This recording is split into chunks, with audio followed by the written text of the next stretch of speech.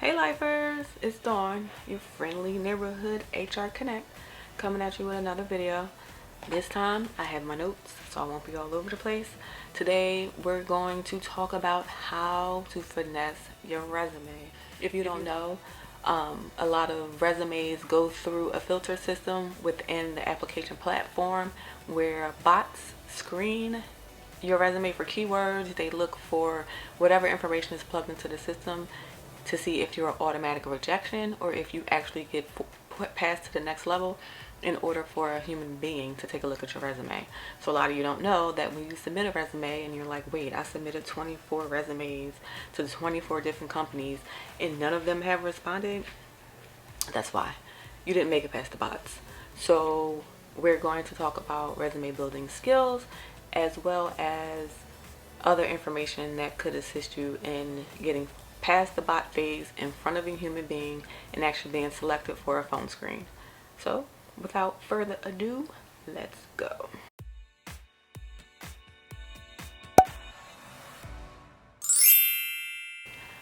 So when you're telling your story on your resume, you want to make sure that you don't include every single thing that you have done throughout your career. Only go back 7 to 10 years max, depending upon the level of experience that you have within the job that you're applying for. If you're applying for a sales position and you have 5 years of sales experience and then 5 years prior to that you were working customer service, and not customer service where you could upscale or upsell information, but basic answering the phone, data entry, that's it. Don't put that on there. Just say you have 5 years of work experience. That's better than saying that you have 5 years work experience as in sales and then another 5 years in something that has nothing to do with sales whatsoever. They're going to ask you, why did you make that jump? How did that happen? What made you decide to do that? Just get rid of that question and just only put the information on there that is associated with the position that you are trying to get. Another tip would be to put your best information on the top half of your page. So if you get past the bot phase and you're in front of a human being, when they start skimming from the top, once they get about halfway, they kind of made up their mind on whether or not they're going to keep going and see if they're going to consider you or not.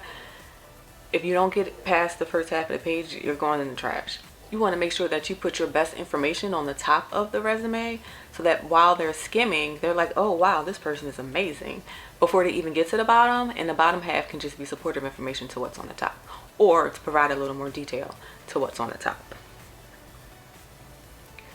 It's 2021. We don't need an objective statement. We do not need a paragraph at the top.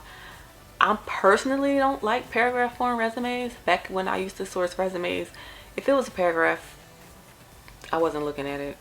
I prefer bullet points because it gets straight to the point. Boom, boom, boom, boom. This is what I did. This is what I do. This is how great I am. And that's it. So keep that in mind. We don't need an objective in paragraph form. You can put your key skills or the things that make you stand out and that will make you amazing for the role in bullet point. Or you can put a little asterisk or something to make it visually pleasing at the top. Not a paragraph. If you can keep your resume to one page, that will be awesome. Getting resumes that are 4 pages long, 9 times out of 10 they don't make it past the bot because they're just too long. If it does happen because the top half of the resume is that good, when we print it, or now we work from home so we don't print it anymore, but when we review it, if it's lengthy, first of all, that means you have too much information in there. So that goes back to the first thing, which is to scale down your information so that you don't put all of your entire work history on there. So there's no reason why you should have 2 pages max. If you're going into the 3rd page, start from scratch, start getting rid of things. It's too much. Okay, as it pertains to formatting your resume, and this is where I'm going to help. I'm going to have some resume templates that you can download for free because it doesn't really, I just took some of my old resumes and took the personal information off and put them in a little Google Drive so you guys can access and just get free templates to help you with your resume formatting. Free resume templates in the description box below. The screening phase and we're looking at your resume, how it's formatted plays a part. If it's formatted nicely where we're actually interested and it's something different, then you'll definitely get a review. You may not get a call, but we'll definitely look at your resume if it's visually pleasing. That helps all the time. With formatting, you want to keep it simple, but you also want to stand out. So you can use bullet points. You can use a little margin, like a thick margin along the side. Again, no paragraphs. You can separate it with lines. Very, very minimal color. Do not get all fashionable and have hot pink and fuchsia and lime green, and don't do that. I know depending on the country, some countries they put their headshots on their resumes. In my previous company, I was sourced for Europe and Asia as well, so I will often see resumes that had headshots, and at first I was like, okay, this is weird, but then I realized it's kind of a location geographical type of normalcy, so that became acceptable. But if you're in the US, we haven't reached that level of let me see what you look like. So just keep your face off of it. Surprise us when you come in for your interview or when we go ahead and Zoom, because it's 2020 and we're rocking with Covisha. Make your contact information prominent. Your contact information should be at the top of the page. Your name, your address, your email address, your telephone number. Some people put their LinkedIn profile. Some people put in, nowadays, some people put their Instagram. Don't do that. We don't care about your IG. Now, some companies do check out your IG to look for character traits. You may want to put your IG or your Facebook or your Snap on private when you're looking for a job, so that when, depending on the position, the hiring manager may want the recruiter to scour, or the manager may scour to see what type of human being they're hiring. If you're on the Snap, you're on the Facebook, you're on the IG, and you pouring up and drinking, headshots, drinking, getting high, smoking a bowl, all those things, you're not going to get called in. We're not interviewing. And even if we did interview, once we see that information, even though it's in your private time, it's still frowned upon. So make it look vanilla or just put it on private. Design your resume to be skimmed. We're not reading it bullet for bullet. We're looking for keywords. We're looking for information that matches the description that we put on the job post. We're not going into detail. The hiring manager will go into detail on your resume when they're interviewing you, and they'll format their questions based upon what's on there. But as far as the recruiter is concerned, just to get your foot in the door, make it very skimmable. Like if you're a skimmer and you know that, okay, you're just looking at it line for line, just looking for keywords to stand out. Sometimes I go in and download the resumes into the Word format and just do a quick find. And depending on your find score, that would actually determine if I was going to give you a call back. I know I learned that from another head recruiter where she also solicited information that way, and we actually yielded great candidates through that process. So think about that when you're making your resume. Keywords, key phrases, make sure they stand out, make sure they're at the top of the page along with your personal information. If you're applying for a job that is very niche specific, sales, finance, design, engineering, scale down your jargon to make it really simple and really plain. So that when, key point, don't be repetitious. Do not use the same words over and over and over again. And don't format your statements the same either. So if you need to say the same thing more than once, make sure that you word it differently. Use Grammarly, because it'll tell you, hey, this word structure is wrong, or this doesn't communicate or come across the way that it's supposed to. It's not informative, it's not professional. Grammarly is a great source. Another tip, avoid empty words. Don't stretch your sentences to make your resume seem longer. If you have a short resume, that's fine. That's better than having an extremely long resume with a bunch of crap in it. Just keep it straight to the point with detail. I come from a school where I don't particularly care for your education being on your resume. I personally feel that if you apply for the position, I hope that you review the requirements of the job, and that if having a degree of any sort or diploma of any sort or a certification or what have you is on the job description, then you wouldn't apply if you don't have it. Now, if you have room and your resume is not quite yet 2 pages, definitely throw your education on there. Some people prefer it at the top, some people prefer it as at the bottom of the resume. Either or, we'll see it. Education is a personal preference. Place it if you like. Other things that can kind of get you in trouble when you have a resume, or things that are sticky, would be large gaps of time between jobs, a serial hopper, meaning you work for a year, you go to another job, you work for a year, you go to another job, or anything along those lines. If there's no consistency and there's no longevity on your resume, it can look a little funny. I know oftentimes if you work somewhere for 6 months or 8 months and you were laid off, that's acceptable. In those situations, you should definitely include a cover letter.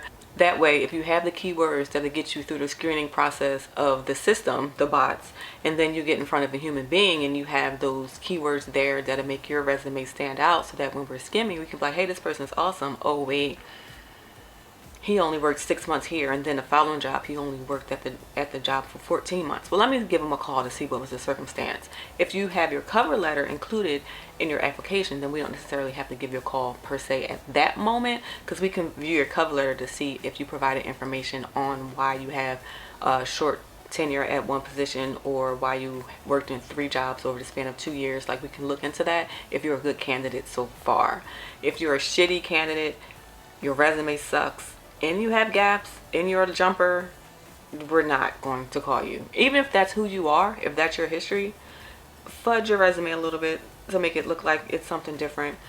Say you were a homemaker, you stopped working because you had something to do with the children, the husband, the wife, the partner. Just make something up so that you don't seem as all over the place and unstable, and that we can rely on you if we hire you. We're not hiring you for a short-term position unless it's a temp job, of course, but we look to hire people for longevity. So make sure you keep that in mind. Ooh, my foot's falling asleep. Jesus Christ. References available upon request. Cancel it. Not in 2021. We're not doing that anymore. We weren't doing that in 2000. We weren't doing that in 2010. Like, we don't care. If we want references, we'll ask you to provide them at a later time. Do not put that on your resume. Just don't. Save yourself. You should always submit your resume in a PDF format, not in Word. Things get lost in Word. Systems prefer a PDF format because of the editability of it all. So make sure you do that. Make sure that you have more than one resume, more than one version of your resume. Not every job has the same requirements, even if it's the exact same job or within the exact same field. Different companies have different requirements that they put on their job descriptions, and you should always tweak your resume to match the description that you're applying for. So one may say bachelor's degree, and one may say bachelor's degree, master's preferred. If you want to have your education on your resume, you will need to tweak that. You don't want to apply for a position that requires a high school diploma, and on your resume it says that you have a master's degree. They're going to automatically assume that you're overqualified. Even though you may have a degree and you don't do anything with it, with a lot of us are in that boat, they're going to be like, oh, what are they looking for a job for when they have a master's degree in education and we're hiring for a customer service rep?